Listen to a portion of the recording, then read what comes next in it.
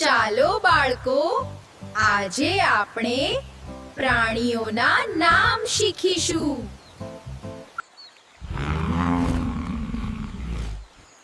મારું નામ બળદ છે. મારું નામ બારશિંગુ છે.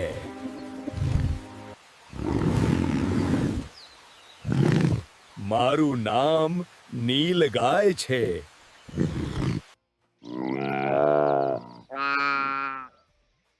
મારું નામ કાળિયર છે.